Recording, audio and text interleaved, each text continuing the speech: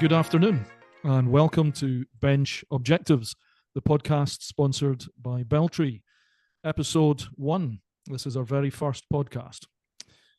The theme is upscaling CCUS in oil and gas with Jason Ellison, and your host for the day, myself, Grant Stewart.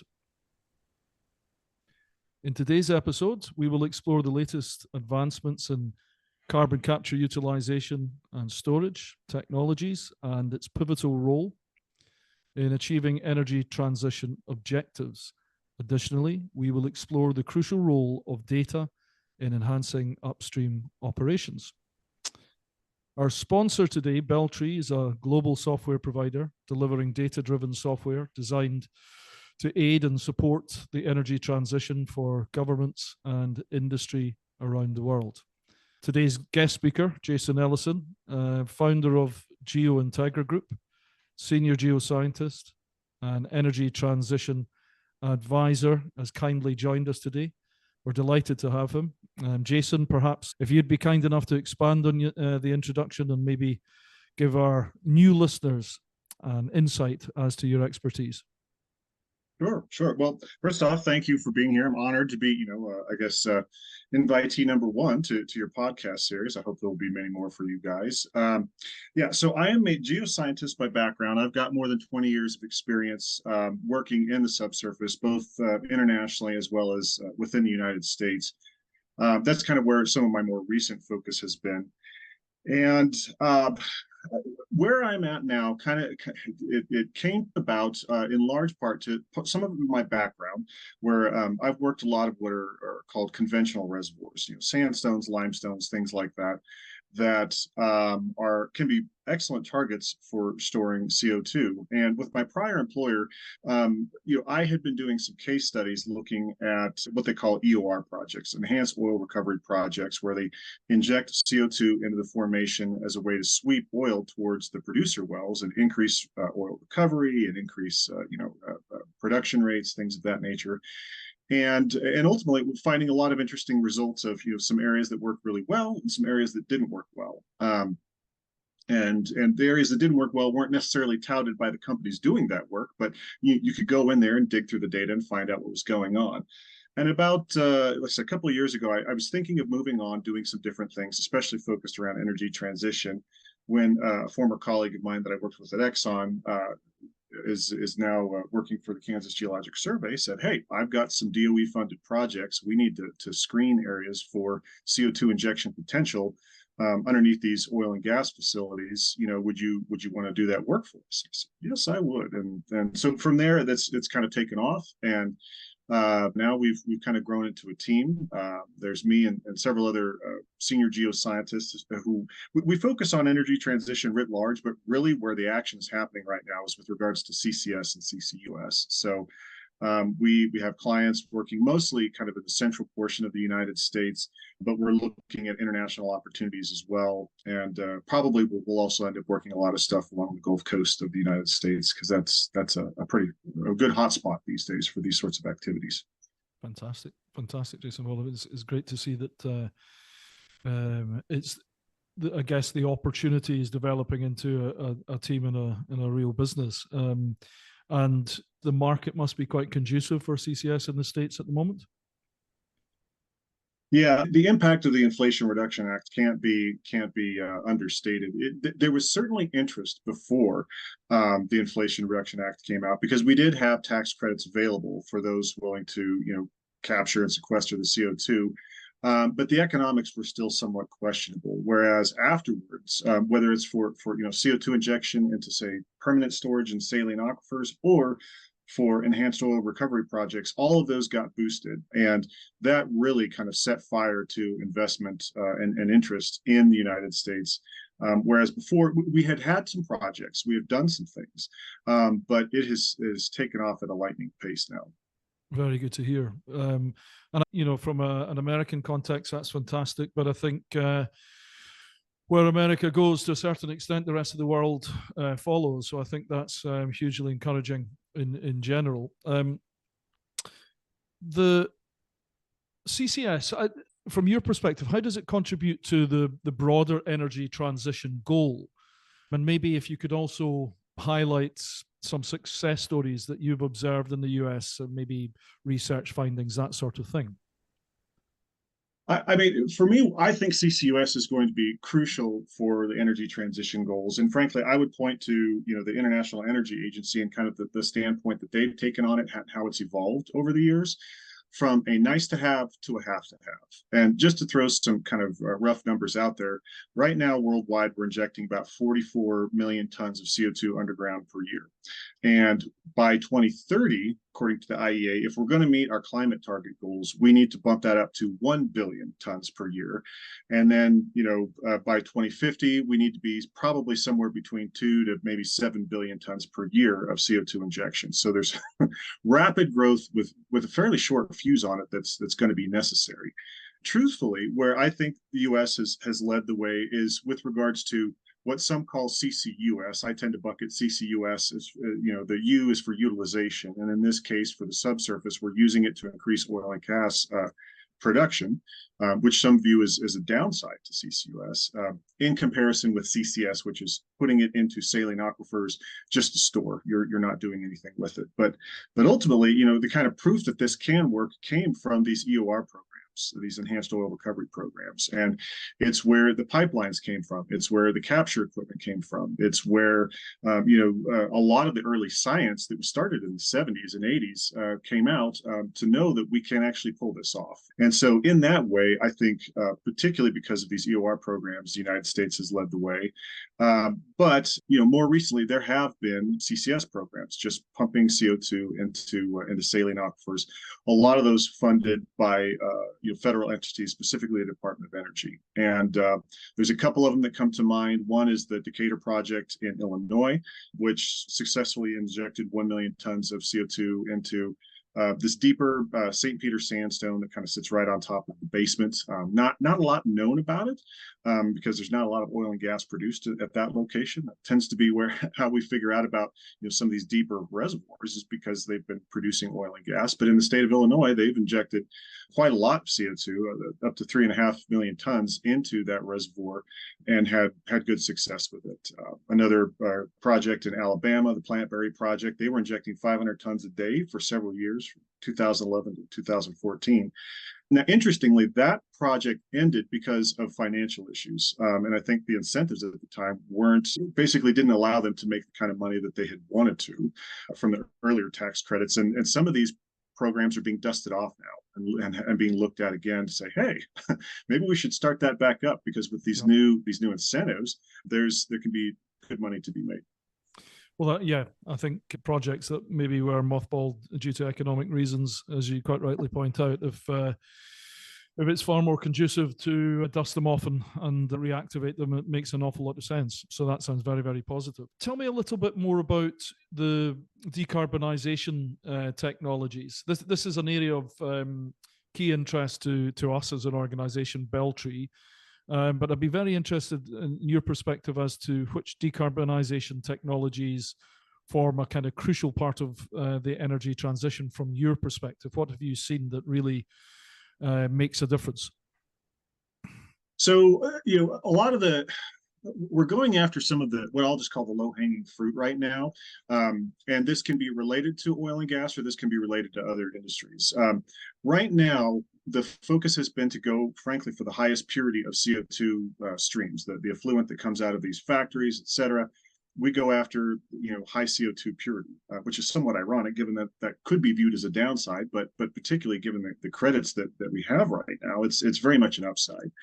So the main focuses right now are going to be ethanol facilities, which effectively produce water vapor and pure CO2, more or less, as a result of their ethanol brewing that they do.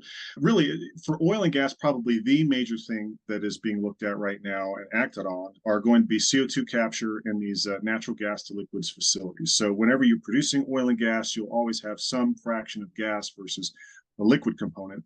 And you have these separators that will strip those two out. And during the separation process, you'll also strip out the CO2, which historically has just been vented. And now, the goal is to capture that, remove any other impurities that you need to before you inject it into the subsurface, and compress it, move it along in a pipeline, and store it. And that this is, a lot of the clients that I'm working for right now are these kind of groups. As far as other kinds of decarbonization, and again, I'm kind of looking at this to some degree from an oil and gas perspective, given that that's my background. But Yeah. natural gas is commonly viewed as a bridge fuel of sorts, and some companies have gone to, their entire fleet of vehicles that they have switched over to natural gas. And the reason for that is because natural gas liberates less CO2 than, say, oil or gasoline would, or diesel, those sorts of things would, and it tends to be cleaner burning. There's less of some of the other elements in there that you've got to deal with, whether it's sulfur and other compounds and things like that. Other things in oil and gas, there are even, these frack rigs that go out and drill these, after a shale well has been drilled, where they have electric fracks, where instead of, a lot of the equipment on site being run by diesel generators, it's powered by electricity. And, the source of that electricity, I think to the best of their abilities, they're trying to get it from wind and solar and the like. But it's a way to decrease the carbon footprint associated with those industries. But it's really not just oil and gas. Every kind of major industrial group that's out there are looking for ways to decrease their CO2 footprint, from steel to cement factories, things like that. Everybody's looking at, what technology can we deploy to help us, to decrease our carbon footprint and make this as efficient as possible. Yeah, well, I mean, it's a fascinating topic, and it's really interesting to understand how things are being applied in North America. I think the oil and gas dynamic, certainly Beltree, we very much cut our spurs in oil and gas and hydrocarbon extraction, and it was only the kind of recognition of the need to evolve our products and services due to the demand of the energy transition that has kind of moved us into this space. And help organizations decarbonize. As mentioned at the top of the conversation, we're a global software provider, and we've worked very hard to identify nascent technologies that we think could make a practical difference in terms of offsetting and enabling upstream industry to decarbonize where possible. And one of the key things that we've done, we've developed a new product called BMark CCS, which is certainly from our perspective exciting. And it's definitely designed to kind of shore up that knowledge gap where oil and gas upstream businesses, they wouldn't necessarily have the inbuilt expertise in relation to the likes of CCS or geothermal or other nascent technologies. So what we've tried to do is capture data, multifaceted data coupled with data analytics, to really try and provide clarity on where projects could feasibly be valid across upstream portfolios. That sort of dynamic. So we're pretty excited about that, but we've also tried to be smart about it in that we've captured the ability to design, benchmark, and risk and book storage in one sort of platform. Because there's so many different workflows out there, we thought it'd be very useful to have a kind of consolidated common data platform to enable that. So it's a subject matter that's very close to our own hearts. Further to analogs and I guess field and reservoir analogs, subsurface data in CCS projects, what's your perspective on how the industry, and specifically oil and gas industry, can leverage analog data to enhance performance and support the efficiency and effectiveness of CCS projects? Well, I think analog data is going to be crucial, and frankly, when I was working, conventional oil and gas fields, it was always the question always was, what's our best analog? What's our nearest analog? Where can we get our hands on some data to help us characterize, this opportunity that maybe only has one or two penetrations in it? And lo and behold, here we are again with that very same question. Where we tend to want to drill these CO2 injector wells is where data is not very abundant, for good reason. Every time you drill holes through your sealing, your seal over your reservoir, your target reservoir, you run the potential of compromising that seal and end up with vertical leakage issues, especially because a lot of those older wells, those were not designed with this sort of thing in mind. That it was designed with the idea of holding back oil and gas or producing oil and gas, but not holding back, a molecule that frankly can turn waters somewhat acidic when you pump it into these formation waters. And so we end up kind of running with not as much data as we might want. And this has been a big topic of debate as of late. Do we drill a new well to acquire new data or not? I think through every phase of these kind of projects, pulling in analog data is going to be crucial. What you're pulling in can vary depending on what kind of questions you're trying to answer. What was the depositional environment in which this particular rock layer was deposited? That will give you information about the spatial variability, the likely spatial variability, because as it turns out, deltaic deposits can be similar no matter where you're at on the planet, as can reefal limestones, as can deep water sandstones, all these sorts of things. And so you can learn from those. There are other things like, well, we're looking at a given depth or temperature or pressure. We can go find rocks in similar settings, particularly if there's been CO2 injection, to get ideas of what's happening there. Structural settings. Do we have faults and fractures in the region? If so, what will be the impact towards the CO2 plume as it moves around? These are all really, really quite crucial things, I think, to answer. And thankfully, we've got a wealth of subsurface data out there that we could choose from because of all this collated oil and gas mostly data that we can draw from. Yeah, well, I couldn't agree more. I think we are in a very fortunate position where there is that data, and it's about getting using the right data and properly interrogating it, and coming up with clarity around that really will help. So, yeah, couldn't agree more. Do you anticipate trends or barriers for emerging developments in CCUS or within the oil and gas sector? I guess that professionals and enthusiasts should be aware of within the potential listening group. I think right now, in terms of some of the major trends, I've already talked about in terms of where are we tending to focus, our capture and sequestration efforts around NGL facilities, around ethanol plants. I would say major geographies right now that are getting looked at most are going to be, along the Texas and Louisiana Gulf Coast. Louisiana in particular, because that state is going to get primacy, at least that's what the rumor mill has spit out, is that Louisiana will get the ability to permit Class 6 injection wells, which currently in that state is approved only by the EPA, which the EPA has their hands full. They've got hundreds of wells that they're having to look through the multi-hundred paper documents and look to see if these groups have done the due diligence to kind of prove that this is going to work and that there's no major there's no safety concerns or hazards or risks that need to be concerned about. We're also seeing activity in North Dakota and Wyoming because those are the two states in the United States that have primacy. And so some of the pipelines and things that are being built from states that don't have primacy to states with primacy, specifically because it can take so long to get injection wells approved, many years, 2, 3, 4, 5 years. And if we're going to be injecting hundreds of millions or billions of tons per annum, that's not going to work. We're going to have to speed up the process, but find ways to do it in a safe and efficient manner. Probably, one thing that I would say actually isn't being talked about much right now are the actual EOR programs.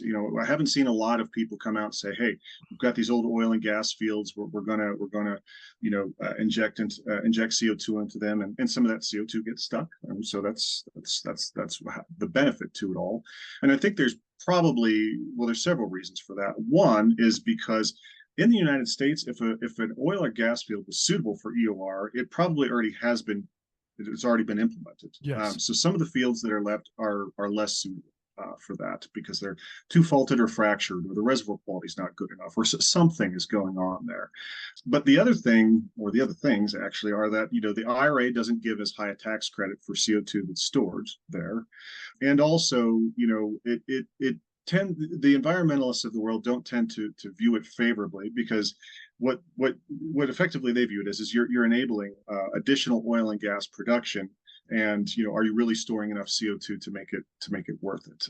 And so for a variety of reasons, CCS, that is injection into saline aquifers, is really the main focus, in those locations, and frankly California as well. They've been very proactive in developing areas where I think they've got a lot of good rocks, a lot of good geology. Yeah. And it's just a matter of getting these large programs, up and running. That's very insightful. Especially looking out from the UK and not necessarily having had direct exposure to the US market, it's very useful to understand. You touched on it at the top of the conversation that you and your team are now also looking at international opportunities in this space. Can you give examples of regions that there seems to be developments happening out with the US? Sure. A couple that come to mind. One would be sort of South America writ large. We've been talking to groups down there, whether it's folks in Colombia or folks in Argentina, that are looking at CCS and CCUS much more actively than they were before. And some of that, say in the case of Colombia, is because they had a governmental shift, more of a shift to the left, where the federal funding to study these sorts of things is shifting away from oil and gas and more towards energy transition. And they don't have that much expertise down there. We've also talked to groups in Argentina that have a bunch of oil and gas fields that they want to propose for EOR programs, and they've not done this before. They need help identifying which fields would be better than others for injecting CO2 into to increase oil and gas production. The Middle East is very hot on this topic, and to some degree, especially if you've got a national oil company there's a lot of know-how already, but there still is a lot of pull from that region in terms of grabbing expertise where you can find it to guide these things, because they have massive oil and gas reservoirs that would be appropriate for EOR if they're not already doing so. Yep. And they've also got a lot of saline aquifers running around that they could store CO2 in for as a byproduct of their industries. Fantastic. Yeah. Again, very, very insightful, because I think people from a UK point of view or a Norwegian point of view, or for that matter, the European Union, it can be a little parochial in terms of its outlook. I think there is a strong awareness about the North America and the potential and the above ground regulatory sort of dynamic and tax regime making things attractive. But the rest of the world need to be looking at CCS or CCUS as a serious consideration in relation to offsetting. So it's very encouraging to hear of South America, etc. Yeah, very, very interesting indeed. As we wrap up the conversation, what, if you could leave us with your advice or recommendations for individuals or organizations looking to make a meaningful impact in the field of CCUS and decarbonisation, what would your final closing thoughts be? Yeah, I mean, for those groups out there, frankly, a couple of things that I tell the clients that I work for a lot. One is, be nimble and stay humble. This is an incredibly fast-moving industry right now, and what we're attempting, we've done it on a much smaller scale in the past, but never at this scale. And so, there will be some winners and losers out there. Not all projects will achieve financial success. I personally am less concerned about environmental hazards as I am. You said you were going to inject X million tons of CO2 per year, and you're only doing 50% of that. So having multiple working hypotheses and collecting as much data as you can from analogs from the the areas of review where the CO2 injection will be occurring is, I think, paramount. I have been humbled geologically more times than I care to admit, and it's just a good idea to keep your aperture open, because Mother Nature loves to make guys like me look silly. And the other thing that I would say is communicate early and often what you're doing. And really specifically what I'm talking about is not necessarily to investors. I'm talking about to the public. I see a lot of similarities with what's going on with CCS and CCUS, where shale was 15 years ago in the United States. And all sorts of excitement, all sorts of money being thrown around, all sorts of hubbub and furor. And frankly, the oil and gas industry got caught on their hind foot by the controversy over fracking and induced seismicity. And, when they finally caught up, their message was, it's all fine. We've got everything taken care of, nothing to see here, but it was already too late. People had already formed their opinions. This was clearly a good thing. This was clearly a bad thing. And there wasn't really any room for reasonable conversation. And in certain places, you can lose your social license to operate if you do that. So I think, my approach has been to say, yes, let's communicate this by and large is an extremely safe endeavor to undertake when done properly. There have been hiccups. Let's talk about those hiccups, not as a way to prove that this is unsafe, but to say, we're learning from past hiccups. We had, some things maybe didn't go as well as we want to. What did we learn from those? And how are we using that to inform our decisions going forward? So I think, this all rolls into, staying humble and just saying, there's risk in everything. But I think if you do your proper due diligence, CCS is a very safe and responsible way of stewarding the environment, because, in spite of our best attempts, we're not going to be able to flip to renewables, 100% renewables, in the next 5 years, 10 years. And so in the meantime, we need to start, work towards reducing CO2 emissions, greenhouse gas emissions, and keep those CO2 concentrations as low as we can in the atmosphere to mitigate against especially the worst impacts of climate change. Brilliant reflections, and I couldn't agree more. Thank you so much indeed. Very insightful. Really good understanding now in terms of your experiences, the North American market, and the wider world as well, and all the potential that goes hand in hand with it. I like your thoughts around public discourse and engagement. Makes an awful lot of sense to me. So thank you very much indeed, sir. I appreciate you having me. And to our listeners out there, we're delighted that you've invested a bit of time to watch and listen. If there is any interest in relation to Beltree or the BMark CCS product, we would be delighted to hear from you via our website, www.beltreegroup.co.uk. But please do stay tuned for more engaging discussions. Thank you very much indeed.